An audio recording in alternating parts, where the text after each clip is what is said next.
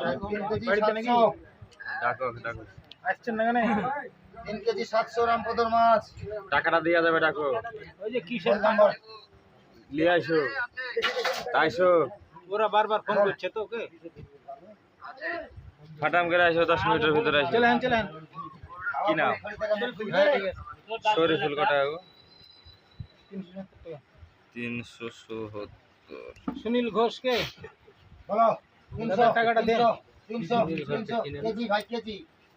হ্যাঁ দেন লাগে 300 300 300 300 300 300 300 300 300 হ্যাঁ বলবে কত হচ্ছে 300 300 বলছ না কেউ 25 না কেউ 10 10 10 মাছটা দেখে এলো তো ভালো আছে কি 10 10 10 10 10 10 10 10 বলবে রাখো হ্যালো রে